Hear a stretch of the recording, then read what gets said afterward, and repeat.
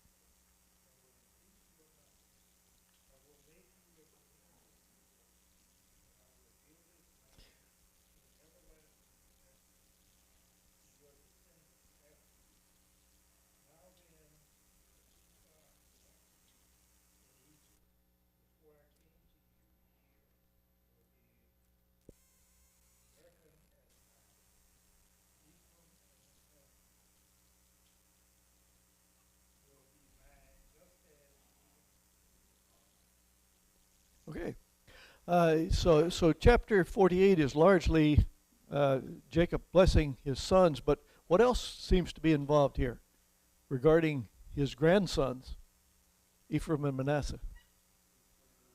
Yeah, it's kind of like he's adopting them, and so he kind of missed out on their birth and their early years and that kind of thing, and Jacob says, "I want to be a part of that as well."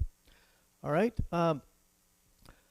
Let's read verses 6 through 14. If I could get a volunteer for that.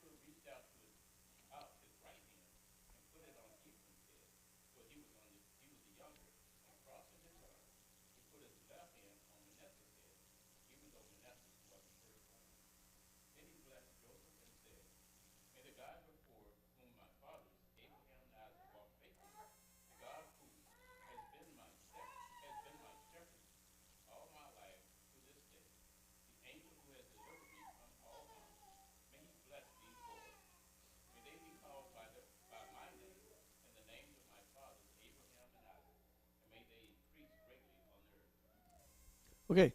It seems like Joseph is very, very careful and deliberate in the way that he places his sons before Jacob. Why do you think he's doing this? Yeah. Okay. All right. He's observing the conventions of the time, which was the older son would get the extra privileges and extra blessings. But it becomes a little bit of a contest here. Let's read on 17 to the end of the chapter.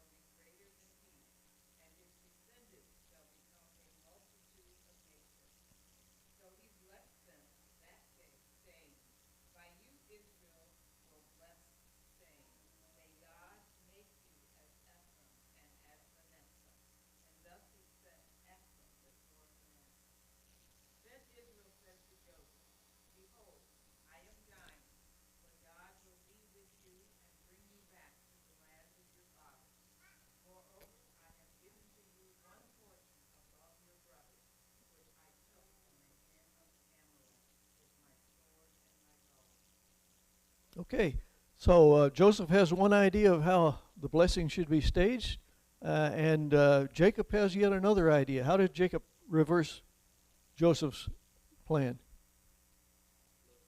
Yeah, he kind of crossed his hands and blessed the younger in favor of the older. Um,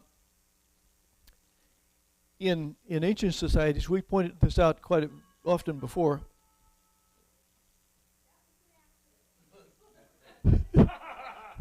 I hope so.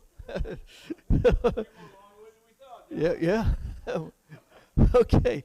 It was common to give the older sons more of the privileges and promises than the younger ones, and that was true not only in Hebrew society but in virtually all the other cultures around. In Genesis, however, we see a lot of exceptions to that. It is in order for God to work His plans, to get done what He wants to do. He gave sometimes these special privileges and promises to the younger sons. How many of these cases can you recall from Genesis? There's more than you think. Okay, Jacob, for sure. Jacob versus Esau. Go back to the very beginning. Isaac, for sure, over Ishmael. Yeah, okay. They were Cain and Abel, and then Abel got killed. So Cain was the only one left, and then Seth was born, and Seth was the one that received the promises. Okay, all right. Oh yeah, there was some favoritism in there. It didn't involve sons, but yeah, there was definitely favoritism shown there. Let's see here. We got Seth over Cain. Ishmael over Jacob. Yeah, Isaac over Ishmael. Okay, Jacob over Esau. You've already pointed that out. All right. What about Reuben? What about Judah? He was fourth in line, and he ends up being the ancestor of Jesus. Okay, and then just in this case that we read, Ephraim over Manasseh. There is a term in the New Testament for this, for God choosing to set aside tradition and that kind of thing in order to accomplish what He wants done. Do you recall what it is? It's from Romans. Heard the term election? God's election? He says, I can do as I please. I can show mercy to whom I show mercy. Yeah, and so that's in the New Testament. It's referred to as God's election. God being able to step in and really upset the traditional order of things and do as He pleases. All right.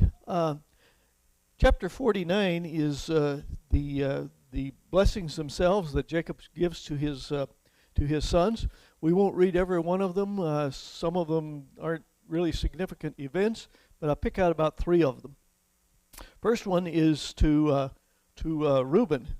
I'd like somebody to read verses 1 through 4.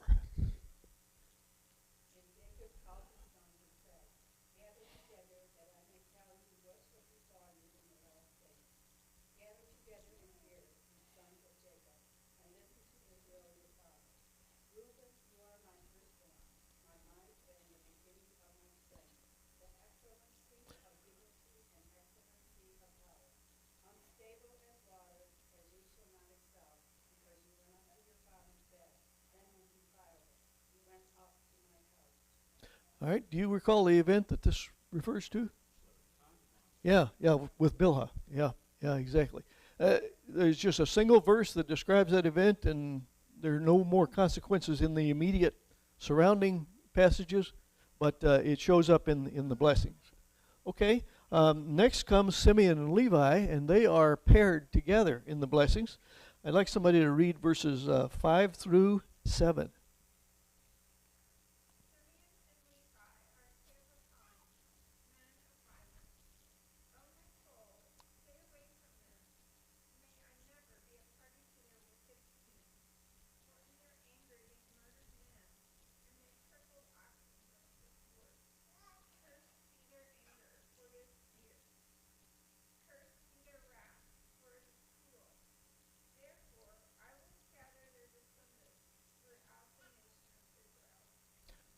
All right.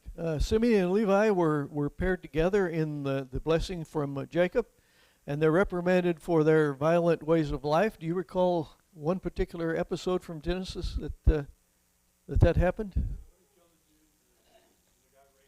Yeah. Dinah, the only daughter of Jacob, was sexually assaulted, and the Simeon and Levi negotiated with Shechem in bad faith. They agreed to be together, to do business together, and all that kind of thing. The only stipulation being, if you want to be a part of our family, you have to be circumcised. So the entire community was, and while they were still recovering from that, Simeon and Levi came in and wiped out the whole town. Okay? So that's no doubt what Jacob is referring to here. The most significant blessing among the sons is to Judah. Verses, I'd like somebody to read 9 through 12, if you would. Yes, sorry.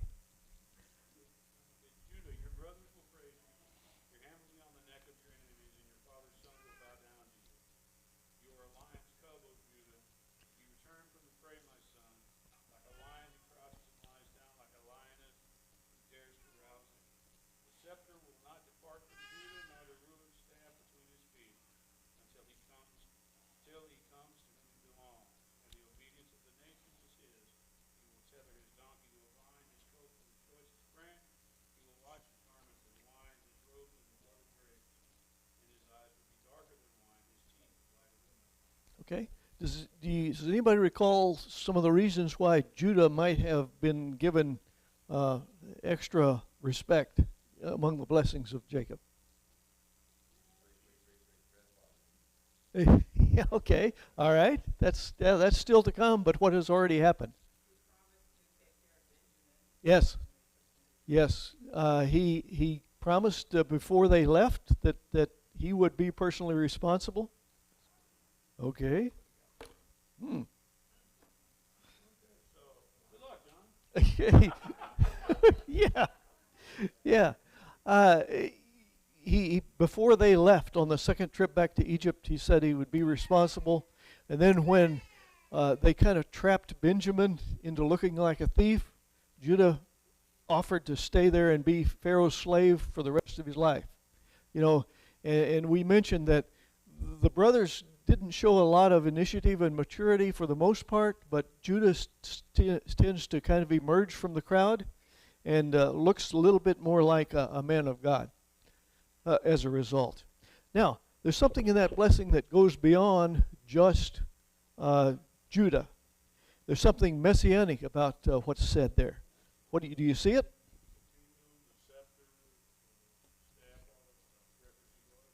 Mm-hmm. Okay, and who might that be referring to?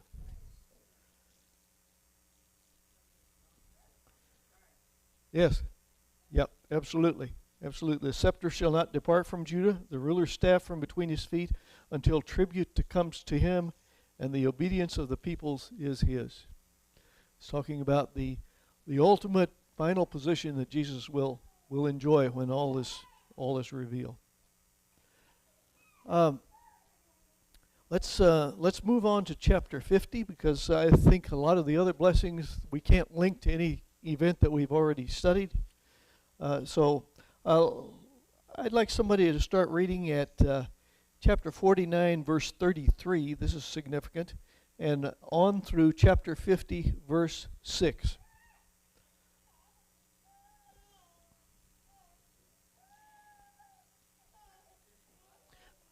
6, 49:33 through.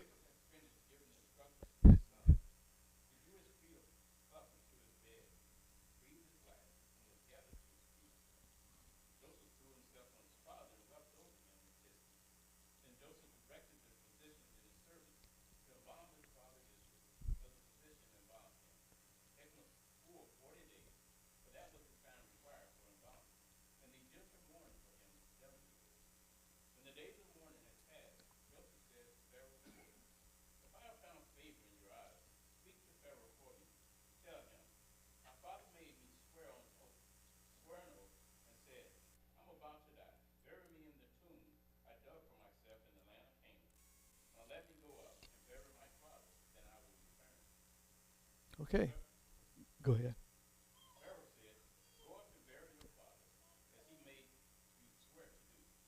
All right. Was Jacob so insistent about being buried back in Canaan?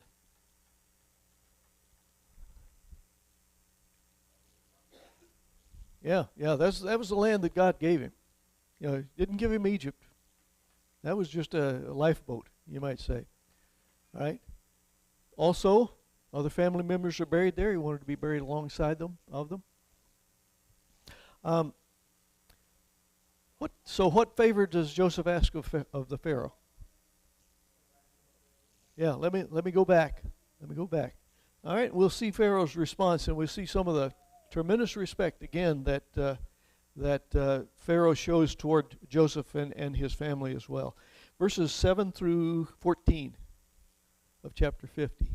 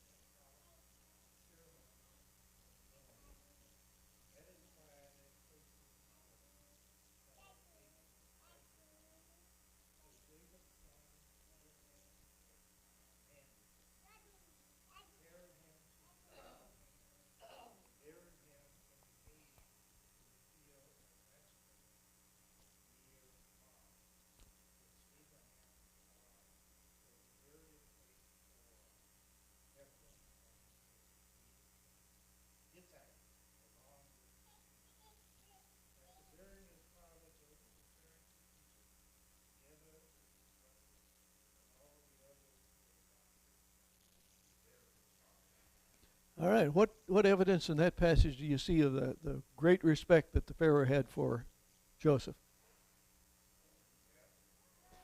Yeah, it must have been quite a procession to go back. All of the elders of his household, all the elders of the land of Egypt, as well as the household of Joseph, and the native Canaanites, when they saw how touched the Egyptians were over the loss of Joseph's father, they marveled at it, and it was certainly noticeable. Okay, now that Jacob is no longer alive, a problem comes up that the brothers are concerned about. Verses 15 through 21.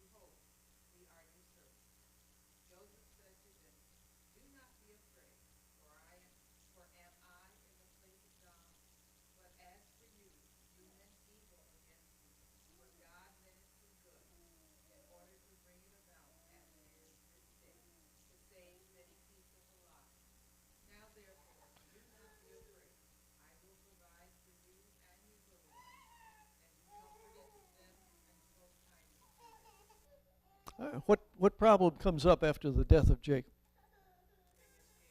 They get scared. They think the only reason Joseph is holding back is because he doesn't want to disturb elderly Jacob. So now that our father's out of the way, we've got a lot to answer for. We've got a lot to be afraid of. And what's Joseph's response to this? Yeah, yeah.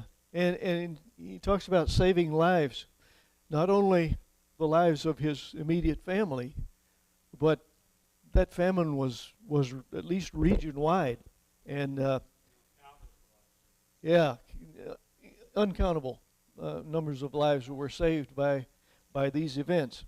And we find that his brothers in verse 18 are again falling down before him uh,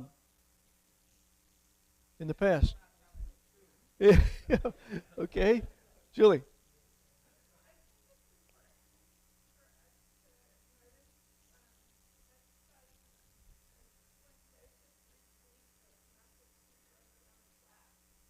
Yeah. Yeah. Yep.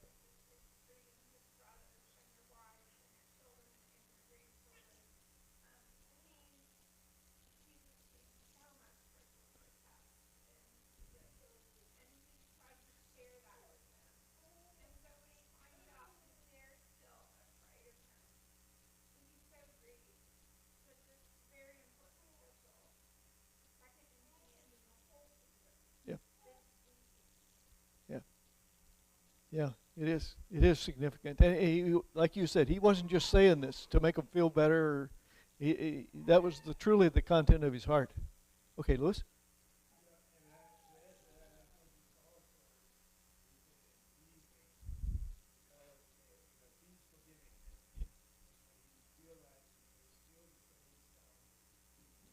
Yeah.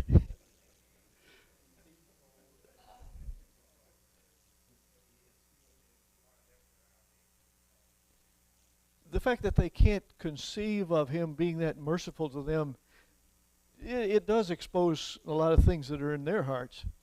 Like if I was in Joseph's position, uh, I'd be taking it out on them. You know, maybe it tells you that about them. All right, now back in 37, chapter 37, the dreams of Joseph with the brothers bowing down before him were very disturbing to the rest of the family. How many times in the past, before now, do we find the brothers bowing down before him? I don't know if I got them all, but I I listed the ones that I could find. Yeah. Yep. What? Yeah, yeah, yeah. Pleading for Benjamin, I believe. Yes. And then right here in chapter 50, they bow down before him again. So the dream that they didn't like got fulfilled in their own times, many different times. All right. Yeah, yeah, yeah. Exactly. Why did you doubt it way back when I was a kid? All right. Joseph is good at deflecting away from himself and pointing people to God. He did it in this case. He says in verse 19, "Don't be afraid. I'm not in the place of God. God's going to take care of all these things. It's not up to me to do it." How many other times do you see him deflecting this attention from himself and pointing instead to God? Yeah, yeah. Both times, to the baker and the butler, and also to Pharaoh. Both times he said, "I can't do it, but God certainly can." All right. Let's see. What was in 41:16? I listed that, but I've forgotten what that was. What that was all about.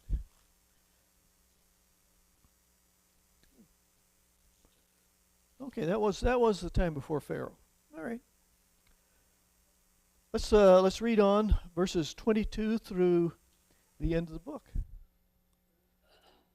Joseph stayed in Egypt along with all his father's family. He lived 110 years, saw the third generation of Ephraim's children. Also, the children of Machir, the son of Manasseh, were placed at birth on Joseph's knees. Then Joseph said to his brothers, "I'm about to die, but God will surely come to your aid and take you up out of this land, to the land you promised an oath to Abraham, Isaac, and Jacob." And Joseph made the sons of Israel swear on oath that God will surely come to your aid, and you must carry my bones up from this place. So he died at the age of 110. After embalmed him, he was placed in the coffin in Egypt. All right. Now, this is not from Scripture, but it's from history. Some ancient Egyptian literature said that the perfect lifespan was 110 years. Yeah. And that's exactly how long Joseph lived. So Joseph was already a well-respected figure, but the fact that he lived what they believed to be this perfect length of life just kind of adds to the mystique and the respect that they held him in regard. So let's look back at the life of Joseph and count some of the ways that he was a blessing to other people he encountered.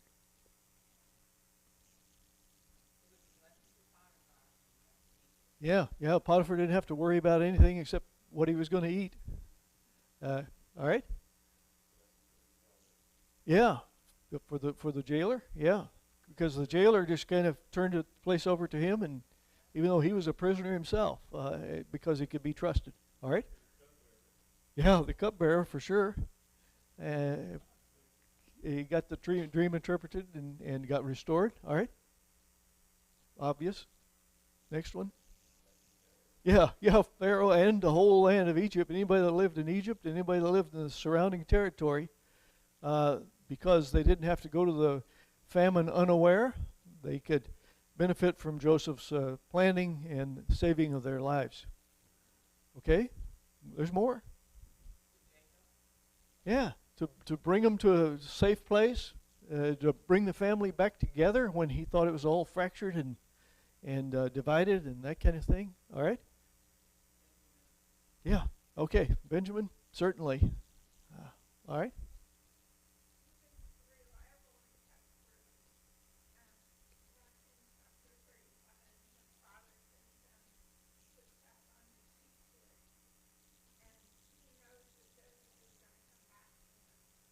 Yeah.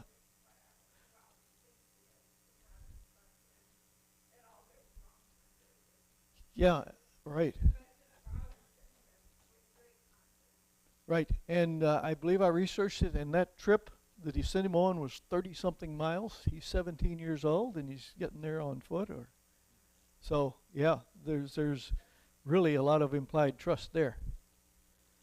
Okay. Yes. Oh, we can do that, sure. Let's go back to chapter 49 and verses 22 through 27. Oh, no, 26.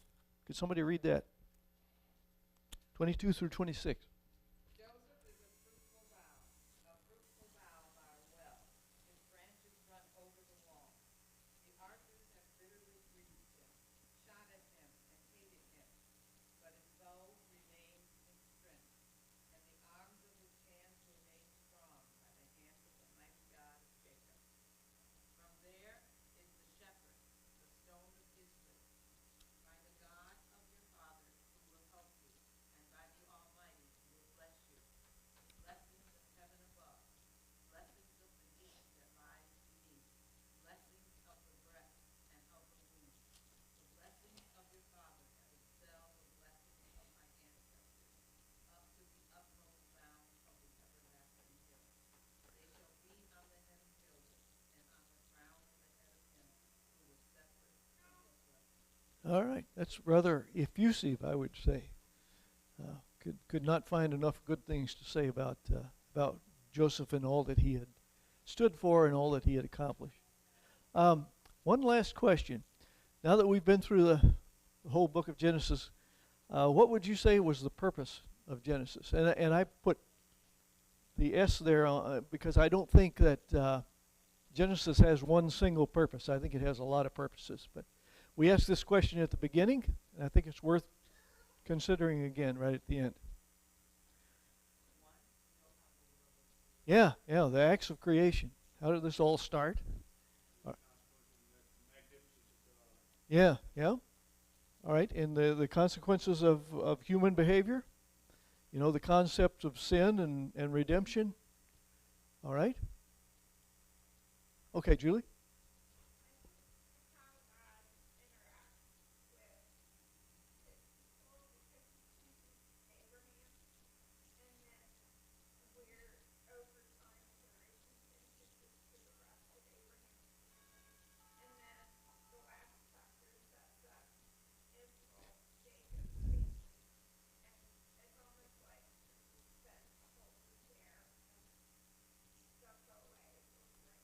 Yeah. Yeah, and the patriarchs both talk about leaving Egypt.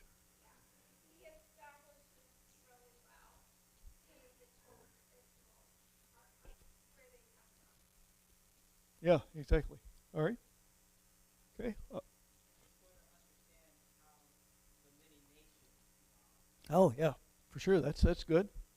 And maybe to explain to the Israelites, if we really are God's favored people, what are we doing here making all these bricks? How did this all come about? And so that would be important to them as well. It really does set up the book of Exodus. The end of Genesis does. All right, others? One thing striking to me, I think, there's just a couple people in the Bible that seem to just pretty much walk the line. And just, obviously Enoch, you walk with God, and so forth, it's not different. But I don't see a recording where Joseph is anything but gracious and wise, and God told him. Yeah. He never fumbled. Even David blew it once, at least believed in his faith. But Joseph never did. You could question his judgment about revealing that second dream to his brothers after the first one went over so poorly. You know, he could have kept that to himself, but in reality, it was the truth. You know. Yeah. There was no ill will in Yeah. And Jacob, his father, took it differently than the brothers. He didn't condemn it. He backed off and said, maybe there's something to this. Maybe there's something out there about this. Okay, Julie?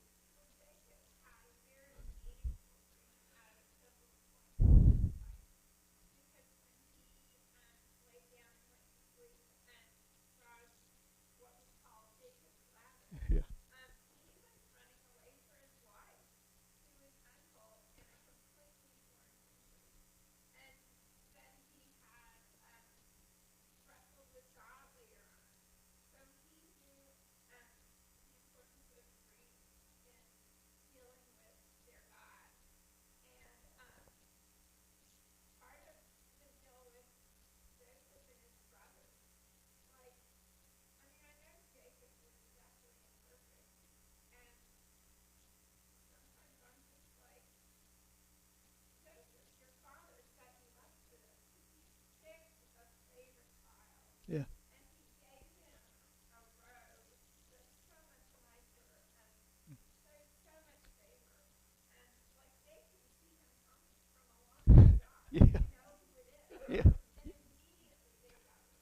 Yeah.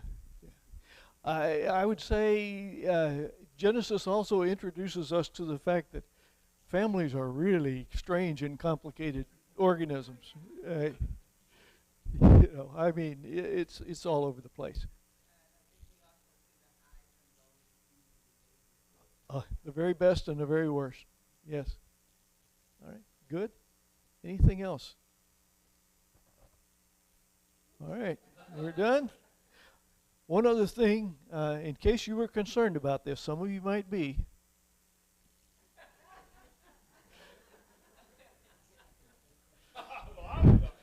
Yeah, there you go. I knew. I knew you would be. Okay. Okay. All right. We're done. Okay.